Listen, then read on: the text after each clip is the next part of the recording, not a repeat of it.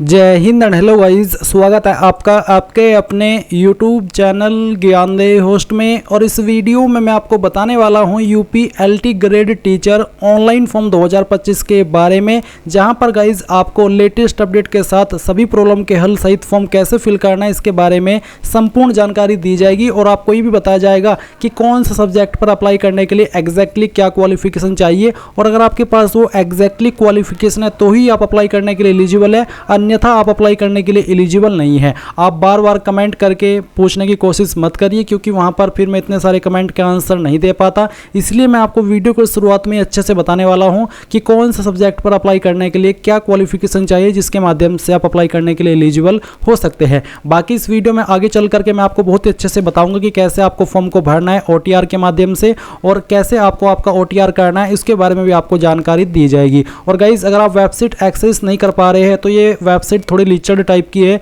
इसमें इसी तरीके से इशू आ जाता है और ये बहुत ही जिद्दी हो जाती है और बिल्कुल भी ओपन नहीं होती, और वो पहले से ही ऐसा करती है। जब इसमें कैंडिडेट ज़्यादा संख्या में विजिट करते तो फिर तो ये बिल्कुल ही अकड़ के बैठ जाती है, बिल्कुल भी ओपन नहीं होती। बट अगर नॉर्मल टाइम हो तब भी ये कभी कभी इस तरह से जिद्दीपना करती है, जैसे कि आप वीडियो में भी देख पा रहे हैं। तो जैसे ही एक्सेस हो जाए वेबसाइट, आप इस प्रोसेस को फॉलो करके आपके फॉर्म को भर लेना। और इसका कोई सोल्यूशन भी नहीं है, इसका सोल्यूशन यही है कि जब आप इस तरह से वेबसाइट को एक्सेस ना कर सके तो आप रात में 1 बजे, 2 बजे, 3 बजे, सुबह के 4 बजे फॉर्म को फिल करने की कोशिश करना, क्योंकि उस वक्त वेबसाइट के ऊपर ट्रैफिक कम होगा और वेबसाइट स्मूथली ओपन हो जाएगी और आपका फॉर्म भी स्मूथली भरा जाएगा। अब अगेन पॉइंट पर आते हैं गाइज, अगर आपने अभी तक वीडियो को लाइक शेयर ना किया हो तो कर देना, और चैनल को सब्सक्राइब करके बेल आइकन ऑन कर लेना।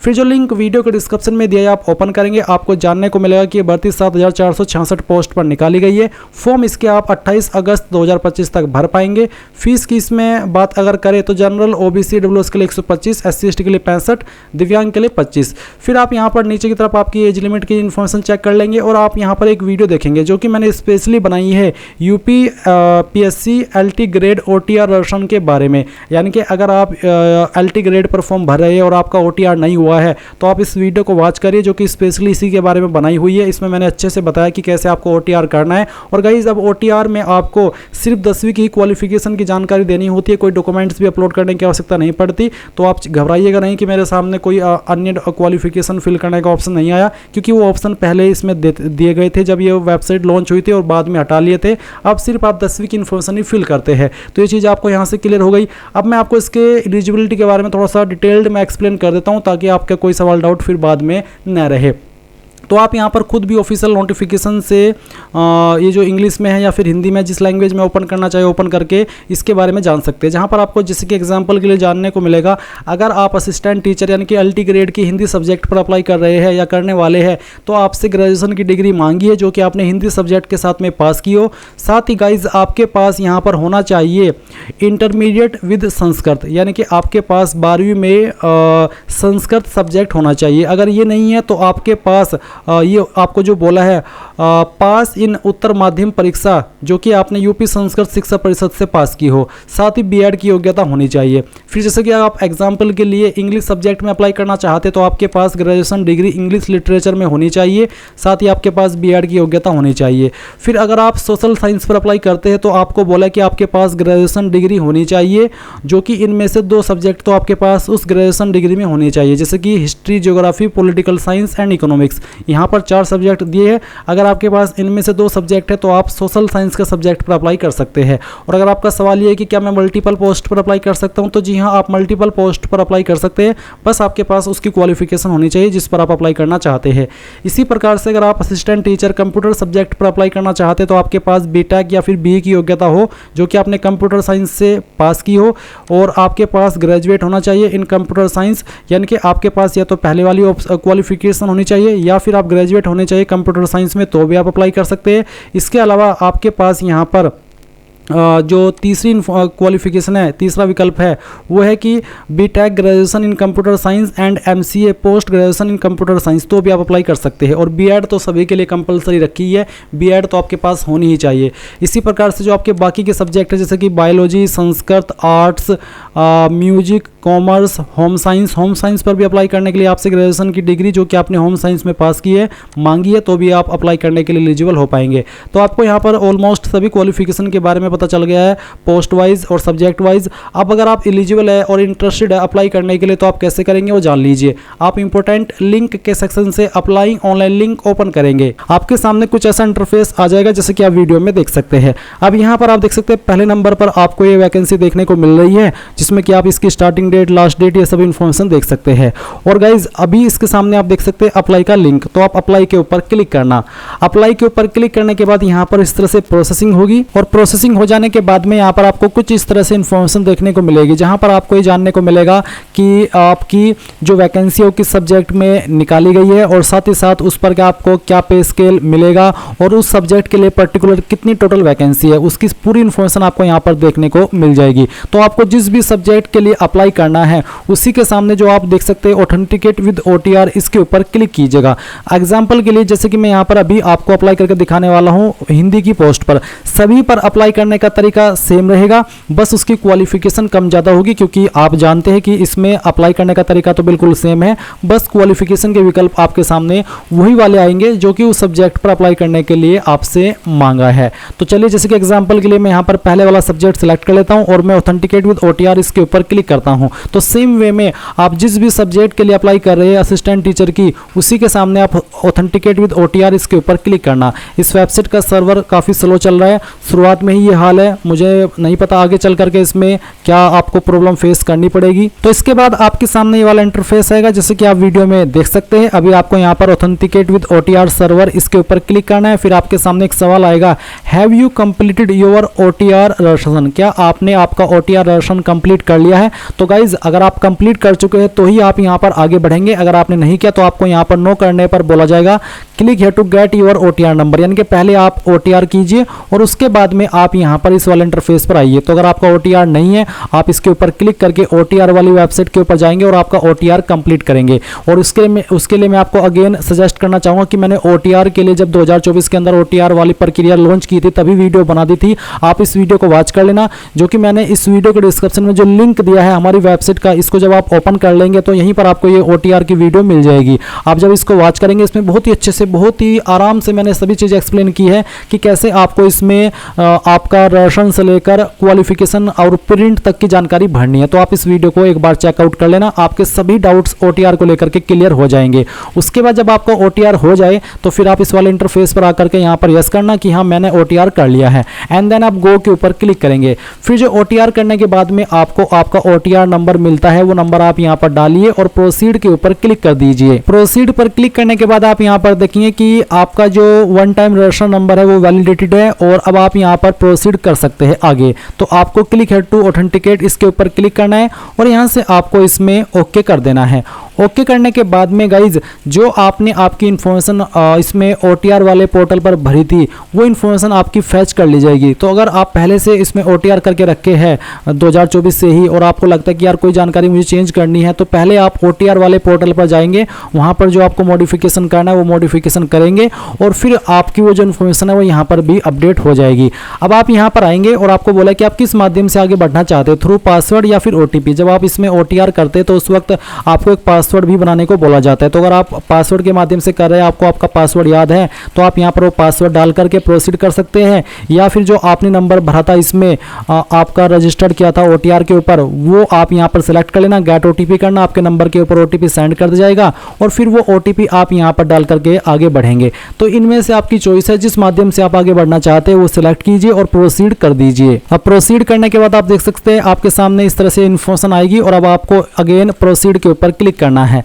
प्रोसीड के ऊपर क्लिक करने के बाद आपके सामने आपकी OTR की इन्फॉर्मेशन आ चुकी है, जो कि आप देख सकते हैं यहाँ पर सिर्फ इनको व्यू कर सकते हैं। अगेन आपको बता दो कि अगर आपको इनमें से जैसे कि आपका नाम, फादर नेम, आपका मैरिटल स्टेटस, आपका जेंडर, ये सब अगर आप चेंज करना चाहते हैं, आपने पहले से OTR करके रखा है या फिर आपने अभी OTR किया और आपने देखा कि यार यहाँ पर तो जानकारी कुछ और दिखाई दे रही है, मैंने OTR के अंदर कुछ और भरी थी, तो अगेन आप OTR पोर्टल यानी कि इस वाले पोर्टल पर आएंगे जहाँ से आपने OTR किया था और लॉगिन करके आपके डिटेल्स को मॉडिफाई कर लेंगे। पर अगर आपको लगता है कि यहाँ सभी जानकारी सही है तो आप नीचे की तरफ आएंगे और यहाँ पर आपको जो इन्फॉर्मेशन इसमें भरनी है या फिर जिनके आंसर आपको करने हैं वो है एसेंशियल क्वालिफिकेशन वाला सेक्शन, जहाँ पर जो भी सब्जेक्ट के लिए आप अप्लाई कर रहे हैं उस सब्जेक्ट पर अप्लाई करने के लिए जो क्वालिफिकेशन के विकल्प है वो आपको देखने को मिल जाएंगे। तो इनमें से यहाँ पर गाइज मैं आपको पहले भी इस वीडियो में क्वालिफिकेशन की जानकारी एक्सप्लेन कर चुका हूँ, एक बार फिर से बता दूं। आप जिसकी अप्लाई कर रहे हैं ग्रेजुएशन हिंदी सब्जेक्ट पर, तो आपको बोला कि आपके पास ग्रेजुएशन डिग्री होनी चाहिए जो कि आपने हिंदी सब्जेक्ट के साथ में की हो। एंड गाइज आपको एंड करके बोला ना कि और एंड आपको बोला कि आपके पास इंटरमीडिएट हो यानी कि 12वीं हो जिसमें कि आपके पास संस्कृत सब्जेक्ट हो। अगर ये नहीं है तो फिर आपको बोला कि आपने पास इन उत्तर माध्यम परीक्षा, आपने उत्तर माध्यम परीक्षा पास की हो जो कि यूपी संस्कृत शिक्षा परिषद के द्वारा पास की जाती है, यानी कि ये इसका बोर्ड है। और साथ ही साथ आपके पास बीएड की योग्यता होनी चाहिए। एंड ये जो नीचे है department of empowerment of person with disability, ये जो नीचे क्वालिफिकेशन है ये उनके लिए जो कि विकलांग है। नॉर्मल कैंडिडेट के लिए ऊपर वाली क्वालिफिकेशन दी गई है। तो आप इसमें यस कर दीजिए कि हाँ मेरे पास ये क्वालिफिकेशन है, क्योंकि तभी एलिजिबल होंगे। और अगर आपके पास ये है तभी आप इस वाले इंटरफेस पर है और तभी आप ये फॉर्म भर रहे हैं। तो जिस भी सब्जेक्ट के लिए आप अप्लाई कर रहे हैं उसकी क्वालिफिकेशन आपको यहाँ पर देखने को मिलेगी। आपको सिंपली यस करना होगा। यस करने के बाद में ये जो कैप्चा कोड आपके डिस्प्ले के ऊपर आएगा वो कैप्चा कोड आप डालिएगा और फिर proceed for entering other details इसके ऊपर क्लिक करना।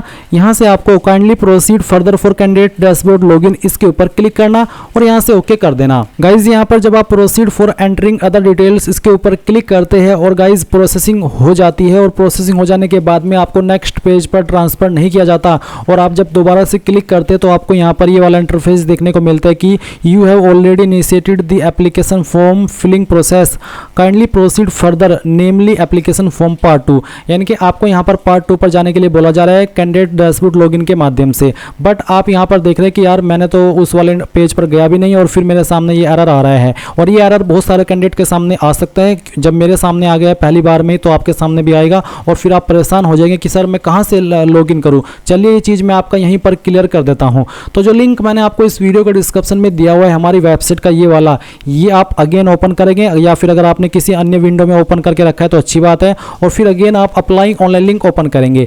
अप्लाई ऑनलाइन लिंक ओपन करने के बाद में आपके सामने यूपीपीएससी की ये वेबसाइट आएगी जहां से आपने अप्लाई किया था। अब आप यहां पर होम पेज पर आएंगे।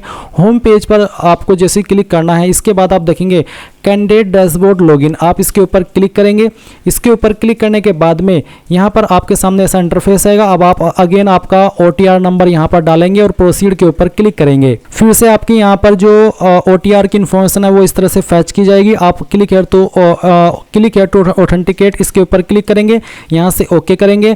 आप इसमें अगेन पासवर्ड या OTP के माध्यम से लॉगिन होंगे। मैं चलिए पासवर्ड सेलेक्ट कर लेता हूँ और प्रोसीड कर देता हूँ। अब आप यहाँ पर जैसे ही प्रोसीड करेंगे तो आपके सामने यहाँ पर जो इंटरफेस आएगा वो किस तरह का आएगा, वो इस तरह से आएगा जैसे कि आप वीडियो में देख पा रहे हैं। और अगर आप यहाँ पर डायरेक्टली इस कैप्चा कोड को डाल करके proceed for entering other details के ऊपर क्लिक करते हैं तो भी आपके सामने यही वाला इंटरफेस आएगा। अब आप जब यहाँ पर आ जाए तो आपको क्या करना है, आप यहाँ पर सबमिट डिटेल्स फिल पार्ट 2 इसके ऊपर क्लिक करना। इसके ऊपर क्लिक करने के बाद आपके सामने इस तरह से इन्फॉर्मेशन आएगी। ये वही इन्फॉर्मेशन है जो कि आपने OTR के अंदर भरी थी और जो इन्फॉर्मेशन अभी आपने भरी है वो भी आप यहाँ पर देख पा रहे हैं। अब आपके सामने प्रेफरेंशियल क्वालिफिकेशन के सवाल आएंगे जहां पर पूछा कि क्या आपने टेरिटोरियल आर्मी के अंदर यानी कि प्रादेशिक सेना के अंदर कम से कम 2 साल की रेगुलर सेवा की है। अगर हाँ तो यस, नहीं तो आप नो करेंगे। फिर पूछा कि आपके पास NCCB सर्टिफिकेट अगर है तो यस, नहीं तो आप नो कर दीजिए। ये जो प्रेफरेंशियल क्वालिफिकेशन है ये अनिवार्य नहीं है। अगर आपके पास है तो अच्छी बात है, नहीं है तो कोई भी इशू नहीं है। आप अप्लाई करने के लिए तब भी एलिजिबल रहेंगे आपकी अन्य क्वालिफिकेशन के माध्यम से। अब जैसे ही आप ये जानकारी यहाँ पर दे दे, आप नीचे की तरफ आएंगे, डिक्लेरेशन में यहाँ पर यस कर देंगे। फिर ये जो कैप्चा कोड आपके डिस्प्ले के ऊपर आएगा ये आपको यहाँ पर एंटर करना है। इसको एंटर करने के बाद में आप यहाँ पर प्रीव्यू फॉर्म इसके ऊपर क्लिक करेंगे। अब गाइज जो भी इंफॉर्मेशन आपने भरी है शुरू से लेकर अभी तक, चाहे वो OTR के अंदर हो चाहे फिर आप इस वाले पोर्टल के अंदर भरे हो, वो सभी इंफॉर्मेशन आपके सामने आएगी। आपको अच्छे से चेक कर लेनी है क्योंकि बाद में क्या पता फिर आप इसको एडिट करें ना करें या फिर बहुत सारी चीज़ें हो जाती है। इसलिए अच्छे से टाइम लीजिए और एक एक करके सभी स्पेलिंग को चेक कीजिए और जब आपको लगे कि सभी जानकारी सही है तो सबमिट एप्लीकेशन फॉर्म के ऊपर क्लिक करके यहाँ से ओके कर दीजिए। और अब आपको यहाँ पर इसमें पेमेंट के लिए ट्रांसफर किया जाएगा। अब आपके सामने यहाँ पर जो फी कंफर्मेशन विंडो आ रही है तो आपको पूछे do you want to proceed for fee payment, तो आप इसमें यस कर दीजिए। और यस करने के बाद में आपके सामने इस तरह के इंटरफेस आएंगे। आप आपकी fees SBI net banking, SBI debit card, UPI other bank debit card, SBI branch, other bank net banking, तो जिस माध्यम से फीस जमा करना चाहते हो कर सकते हैं। जो भी माध्यम आप सिलेक्ट कर लेंगे, चाहे वो आपका कोई सा भी माध्यम हो, वो आपके सामने उसी प्रकार की इन्फॉर्मेशन यहाँ पर फिल करने के ऑप्शन आ जाएंगे। और जब आप यहाँ पर आपकी फ़ीस जमा कर देंगे तो आप अपने फॉर्म का फाइनल प्रिंट आउट ले पाएंगे। और जैसे ही फीस जमा होगी उसके बाद ही आप फाइनल प्रिंट आउट ले सकते हैं। और अगर गाइज अगर आप फीस जमा कर देते और आप फाइनल प्रिंट आउट नहीं ले पाते हैं, तो जहाँ से आपने फॉर्म फिल करना स्टार्ट किया था, आप यहीं पर होम पेज के ऊपर आइएगा।